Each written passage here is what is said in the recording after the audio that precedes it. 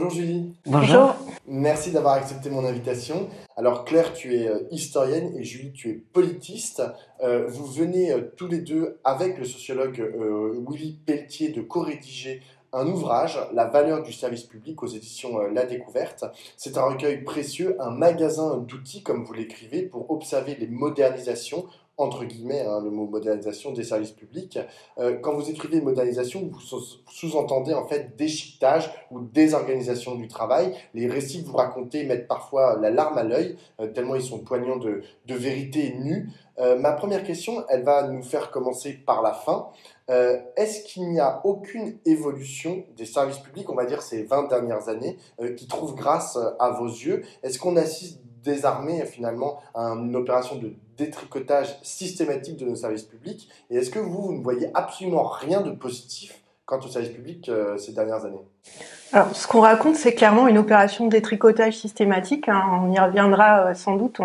On essaie d'en trouver les coupables. Le livre, il est écrit un peu comme une enquête policière, donc les coupables de ce massacre. Mais ça ne veut pas dire qu'il ne s'est rien passé de positif depuis 20 ans. Alors, on a essayé, on s'est vraiment creusé la tête, y compris en écrivant, d'avoir aussi des récits de résistance, et de résistance qui ont des fois marché. Et c'est souvent des résistances où c'est des agents publics et des usagers main dans la main, parfois avec des élus, et des agents publics qui se battent pour un truc dingue qui est juste faire leur métier. Que ce soit des agents de la pénitentiaire, des agents des impôts, des instituteurs d'écoles rurales. Donc on a essayé de mettre des luttes comme ça un peu plus positives. Et puis on parle aussi de choses positives qui se sont passées dans la construction de nouveaux services publics. Mais ce qu'on raconte, c'est que souvent ça vient pas d'en haut. En fait, ça vient pas des très hauts fonctionnaires, ça vient pas des ministères. Mais une des choses qui pour nous donne de l'espoir, c'est le retour du municipalisme, qui était quelque chose qui était assez ancien historiquement, mais qui a connu un gros revival depuis les 2 dernières élections municipales, et où on voit des municipalités qui partent en bas, pendant que l'État détricote ou déchiquette les services publics, essaye d'en reconstruire ou même d'en construire des nouveaux.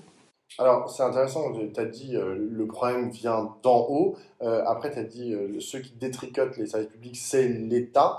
Pour vous, c'est la faute à l'État si on en est là. C'est eux les responsables. C'est lui, finalement, entre guillemets, l'État, le responsable de la situation dégradée face à laquelle on est confronté?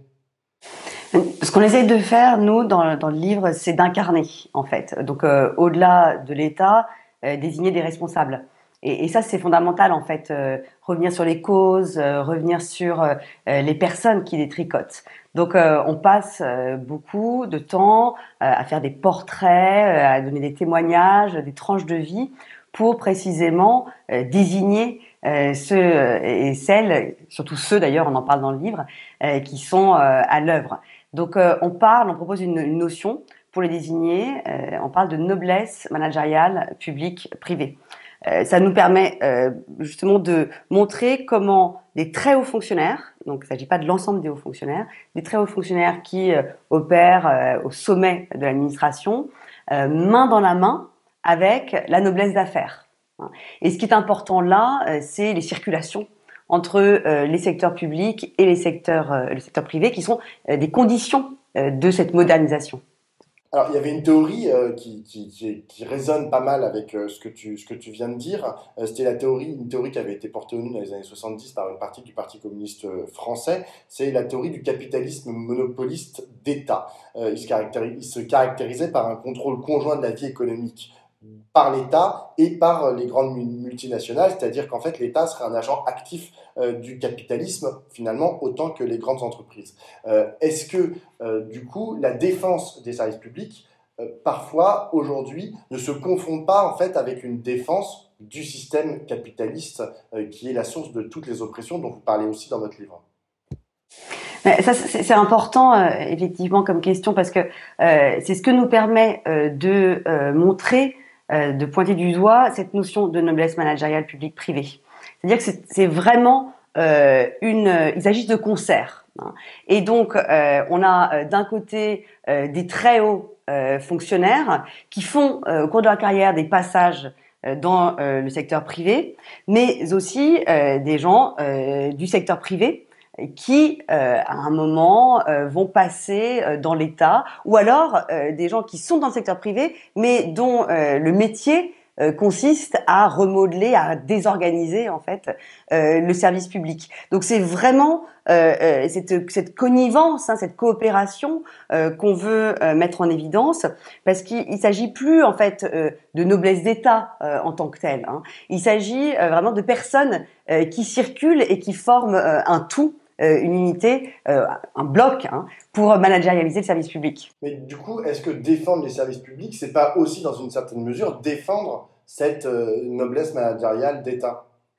Oui et non, en fait, parce que il y a une chose qui a beaucoup changé par rapport aux années 70, c'est de quel capitalisme on parle.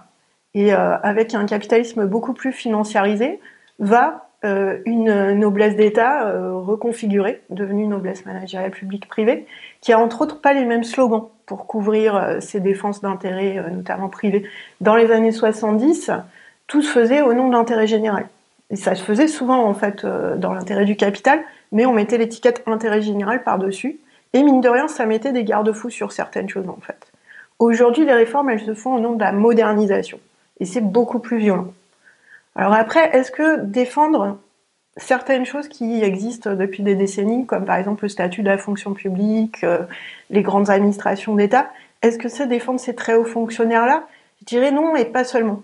D'abord non, parce qu'en fait, depuis qu'il y a un statut de la fonction publique, depuis la libération, ces très très hauts fonctionnaires, cette très fine couche, ils n'ont pas arrêté de vouloir être exceptés de ce statut.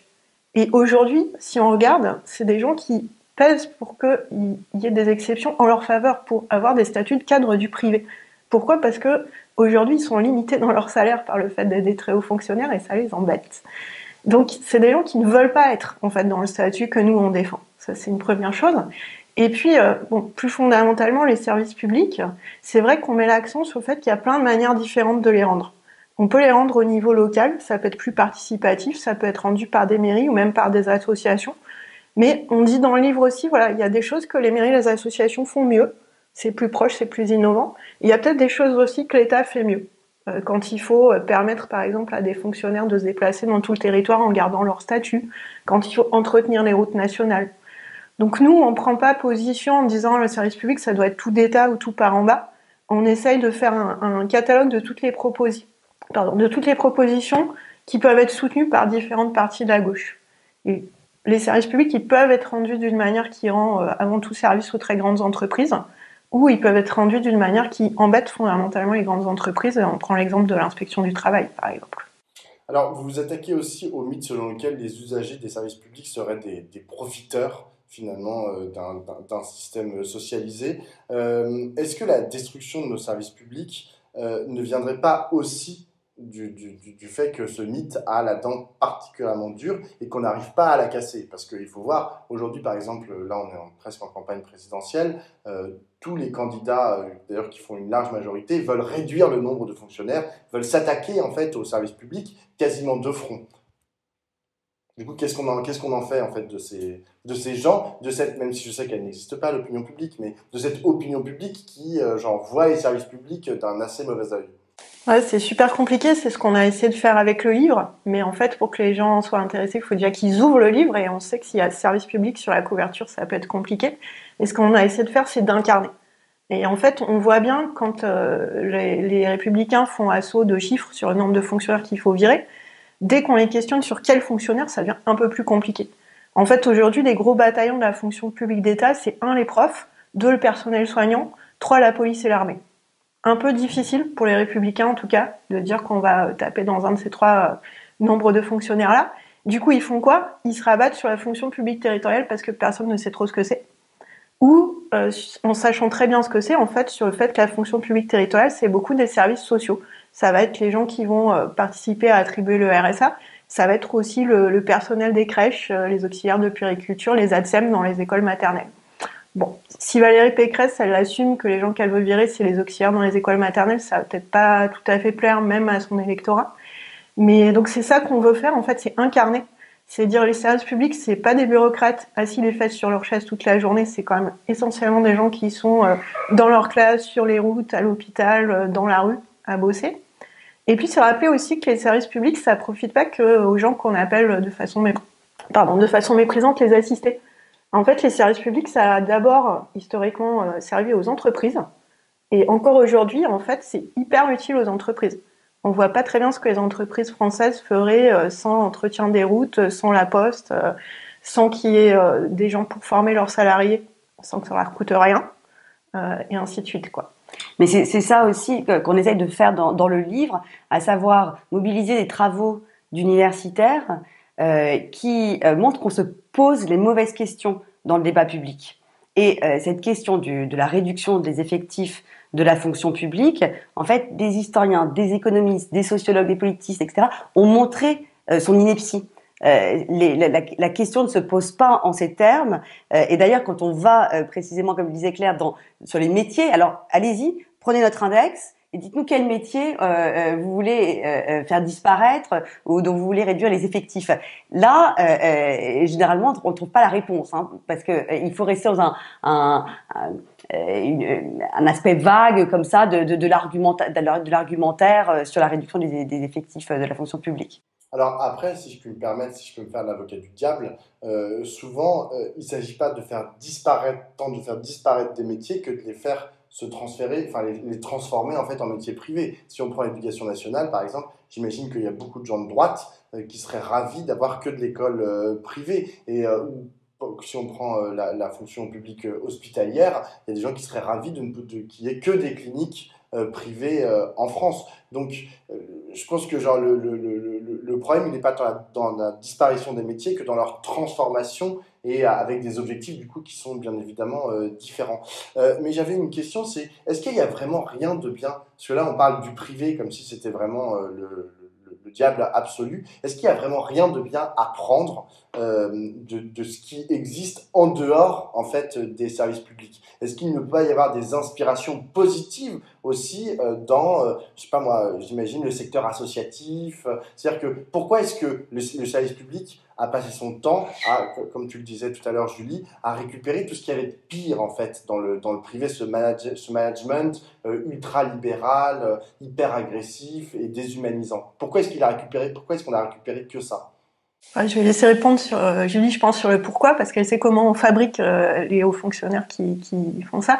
Mais ouais, c'est clair que le public, il a aussi récupéré, en fait, en tout cas sur un siècle et demi, plein de choses positives qui venaient du milieu associatif. L'ensemble des services sociaux, en fait, au départ, ça vient au départ de la charité privée des associations catholiques, protestantes, juives, etc. au XIXe siècle. Et ensuite des choses déconfessionnalisées, mais ça vient d'associations, et les services sociaux, ils sont encore super souvent rendus par des associations. On prend l'exemple du sauvetage en mer, hein, dont on s'est rendu compte récemment avec des décès de sauveteurs, que c'était entièrement fait par une association, en plus largement par des bénévoles. Donc le public, il a pris plein de bonnes idées dans les associations. Le problème, si on le laisse dans les associations, c'est qu'en fait les gens qui rendent ces services sont quand même beaucoup moins protégés. Ne peuvent pas diriger leur vie comme des gens qui ont un statut de fonctionnaire. Et au final, ça retombe assez largement sur les usagers. Et c'est vrai que le rêve de la droite, c'est sans doute soit d'avoir que des écoles privées, soit d'avoir des écoles publiques avec que des vacataires. Mais si c'est que des écoles privées, bon, tout le monde ne pourra pas y aller. Les écoles publiques avec les vacataires, on voit de plus en plus ce que ça donne. Malgré toute la bonne volonté des vacataires, ils et elles n'ont pas la concentration nécessaire en moyenne pour faire aussi bien leur travail parce qu'ils pensent à comment manger le mois prochain ou l'année prochaine.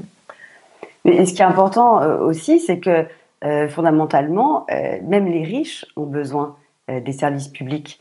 Donc, quand, par exemple, on a besoin d'opérations de pointe, un triple pontage coronarien, etc., on se dirige vers l'hôpital public. Les entreprises privées, elles font beaucoup de profits également grâce aux services publics.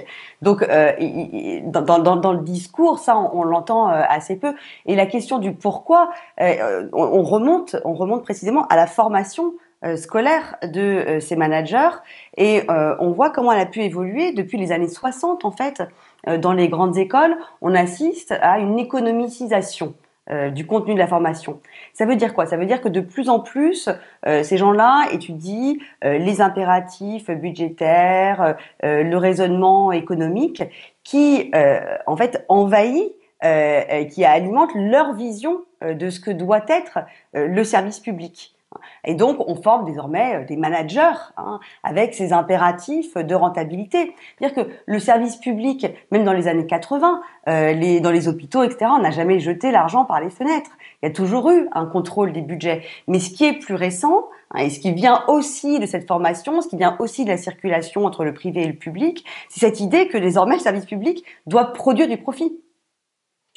Vous parliez dans votre livre, et tu en parlais Claire tout à l'heure, des espaces de résistance, mais on a l'impression que ces espaces de résistance se réduisent, enfin c'est vraiment de peau de chagrin, enfin, il n'y a vraiment pas grand monde en fait qui arrive à résister, il n'y a pas beaucoup d'espaces qui résistent. Est-ce que le service public est condamné à disparaître, à mourir de sa belle mort finalement? En fait, c'est structurel. C'est structurel. La difficulté à résister, elle est aussi produite par ces modernisations, pour plein de raisons. Notamment parce qu'une des conditions de la modernisation, c'est l'invisibilisation. Le fait qu'on réduit tout à la fois les usagers et les agents publics à l'impuissance. Quand on est sur des contrats précaires, qu'on a constamment peur de ne pas être renouvelé, qu'on est constamment dans la recherche du prochain contrat, qu'on est mis en concurrence les uns avec les autres, ça n'incite pas à l'expression collective des colères communes et des souffrances communes. C'est aussi les premières personnes qui sont victimes aussi de du démantèlement des services publics, ce sont des usagers qui sont plus précaires, donc qui quand on doit par exemple aller accoucher, mais qu'on n'a pas de maternité à moins d'une heure et demie de route, quand les contractions arrivent, on est bien obligé de faire avec. Donc il y a la force des choses, et puis il y a le fait que ces gens-là n'ont pas le pouvoir social de pouvoir se faire entendre et d'être au centre du débat public. Bon. Mais on montre quand même qu'il y a des espaces d'autonomie dont il faut se saisir et dont se saisissent des usagers parfois avec les fonctionnaires ensemble, et qui arrivent à réorganiser les désorganisations, à contourner des logiciels managériaux qui empêchent de travailler correctement ou qui empêchent d'avoir un service public de qualité en fait. Est-ce qu'on résout tout par cette maxime, il faut plus de services publics ou il faut plus d'argent dans les services publics? Un temps, je me souviens, un concept avait été un peu porté au nu, c'était celui de commun au pluriel. Aujourd'hui, on l'a un peu oublié. Mais est-ce qu'il ne faut pas plus aussi, en plus des services publics, d'espaces interstitiels qui donnent à la fois la part belle aux individus tout en réaffirmant une direction collective, mais sans tomber dans un étatisme à tout crin? Alors en fait, je pense qu'on dit c'est qu'il faut plus de services publics, mais ça ne veut pas nécessairement dire que tout doit être organisé d'en haut par l'État, ou même que tout doit être peuplé de fonctionnaires, même si on explique quand même les avantages du statut de fonctionnaire par rapport à ce qu'on appelle le tiers secteur. C'est vraiment deux choses différentes. Nous, ce qu'on dit, c'est il faut plus de services publics, et voilà l'infinie variété d'organisations possibles des services publics. C'est pour ça qu'on prend plein d'exemples. Il y en a qui sont concédés à des entreprises, il y en a qui sont concédés à des associations. Des fois, l'idée, elle vient d'en haut, des fois, l'idée, elle vient d'en bas. Des fois, c'est que des trucs de gros ingénieurs super masculinistes. Des fois, ça a été inventé par des religieuses au 19e siècle et ainsi de suite, ou par des gros babacools dans les années 70. Donc, on essaye de casser cette idée que le service public, c'est forcément quelque chose d'ultra rigide avec un guichet poussiéreux et montrer toute la variété. Après, est-ce que ça va forcément coûter plus cher à l'État? C'est une question intéressante parce que ce qu'on montre, c'est que sur certains points, les réformes actuelles qui dégradent pourtant la qualité du service public et qui ont pour objectif de faire baisser le nombre de fonctionnaires, elles ne coûtent pas moins cher. Par exemple, on cite une étude d'économistes sur l'externalisation du ménage dans les collèges et les lycées. En fait, si on regarde tout ce que ça coûte à l'État, à l'arrivée, ça coûte plus cher parce que les femmes de ménage externalisées, elles sont tellement mal payées qu'elles ont droit, par ailleurs, à des compléments de revenus, des primes pour l'emploi, des allocations au logement. Donc ce qu'on voudrait casser aussi, c'est l'idée qu'actuellement, ce qui se passe, ça fait faire des économies à l'État. C'est vraiment pas nécessairement le cas. En revanche, ce qui se passe, c'est que l'argent de l'État, il est quand même tendanciellement un peu plus dirigé dans la poche des actionnaires et un peu moins dans la poche des agents publics et dans la qualité du service. Et évidemment, sur cette question, il y a des contre-coups à ces réformes, des contre-coups sociaux, des contre-coups environnementaux. Mais si on veut rentrer dans la logique purement comptable, qui est la leur, on s'aperçoit également de l'inefficience économique C'est-à-dire que vous regardez concrètement des partenariats publics-privés qui font dysfonctionner le service public et qui impliquent plein d'autres coûts pour la puissance publique, mais qui apparaissent sur des lignes budgétaires différentes. Donc, ils sont aussi invisibilisés. Il y a plein de rapports comme ça qui sont ignorés et sans effet sur, par exemple, le recours aux consultants. Est-ce que ça peut impliquer comme coût financier et comme dommage aussi en termes de dysfonctionnement et de désorganisation du service public, l'externalisation qui coûte plus cher. Donc, si on reprend leur raisonnement, on s'aperçoit que même dans une logique comptable, c'est inefficient. Alors, l'académicienne Danielle Salnave avait écrit dans Le Monde il y a quelques années, je crois que c'était juste avant le Covid, une tribune pour rappeler l'attachement émotionnel des Français à leur service public. Elle parlait notamment de la disparition des postes dans les villages. C'est de ça aussi dont parle votre livre. Il y a un attachement émotionnel des Français, peut-être même de vous aussi, au service public, aux gens, au pluriel. Ouais, non, complètement. Autant c'est facile de taper sur les fonctionnaires, autant c'est quand même assez rare d'entendre taper sur les services publics. Et de la même façon qu'on dit on les modernise, on ne dit pas le but c'est de les rendre plus inégalitaires. Et ça donne un peu de l'espoir peut-être, c'est que, y compris le personnel politique français, il reste imprégné de ces formules qui datent de la Troisième République, comme quoi les services publics c'est bien, mettre des services publics dans tous les cantons c'est bien, et quand même plus ou moins l'objectif c'est l'égalité. Donc après, ils vont faire des contorsions rhétoriques pour dire que leur truc, ça ramène plus d'égalité, de fermer un guichet pour le RSA dans la campagne et le dématérialiser. Nous, on n'est pas d'accord sur leur interprétation. Mais peut-être ce qui donne de l'espoir, c'est qu'effectivement, le terme service public, ça reste positif pour beaucoup de gens, y compris pour des hauts fonctionnaires, y compris pour des usagers, y compris pour nous. Il faut pouvoir le rappeler, ça, parce que c'est la noblesse managériale publique-privée, elle organise la défaillance du service public. Et donc, par là, elle monte les uns contre les usagers contre les fonctionnaires, parce qu'elle dégrade la qualité du service public. Donc, il faut pouvoir montrer, mettre au jour les procédés par lesquels ils désorganisent ça pour rappeler combien, en fait, le service public est important et parce que c'est en tapant sur la sécurité sociale qui est désormais associée à un trou, c'est en tapant sur les agents au guichet qu'on nuit à cet attachement en fait au service public. J'ai une dernière question. Si on ne regarde pas à droite, mais si on regarde à gauche, est-ce que vous trouvez que les services publics sont assez défendus, notamment là les candidats à la présidentielle de Anne Hidalgo à Philippe Poutou, pour faire le spectre le plus large possible. Dans les discours, j'ai plutôt l'impression que de Anne Hidalgo à Philippe Poutou compris, ils font assez bien le travail, ils sont au chevet des services publics. Après, c'est sûr que la gauche au pouvoir, entre guillemets, la gauche, notamment sous François Hollande, elle a eu son rôle dans la casse des services publics, mais aujourd'hui, on est plutôt sur un retour en force du discours sur les services publics. Ouais, donc je pense que ça donne de l'espoir que ce soit en tout cas des éléments de langage, même si ça n'est que ça, au pire, pour une partie de la gauche, qui soient largement partagés. Même j'irai au-delà de Anne Hidalgo.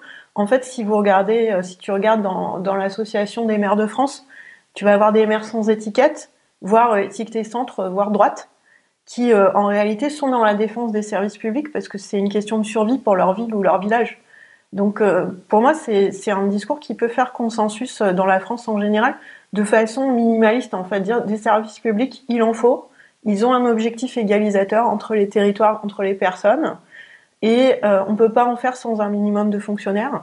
En fait, je pense que énormément de gens pourraient être d'accord avec ça. Et après, ce qui devient intéressant, voire rigolo, c'est à l'intérieur de la gauche, on peut s'enguirlander sur la bonne manière de les rendre, le spectre entre tout par l'État, tout par les municipalités ou des associations, mais on aurait sauvé l'essentiel. La difficulté, c'est peut-être quand même de mettre ça plus au centre de la campagne.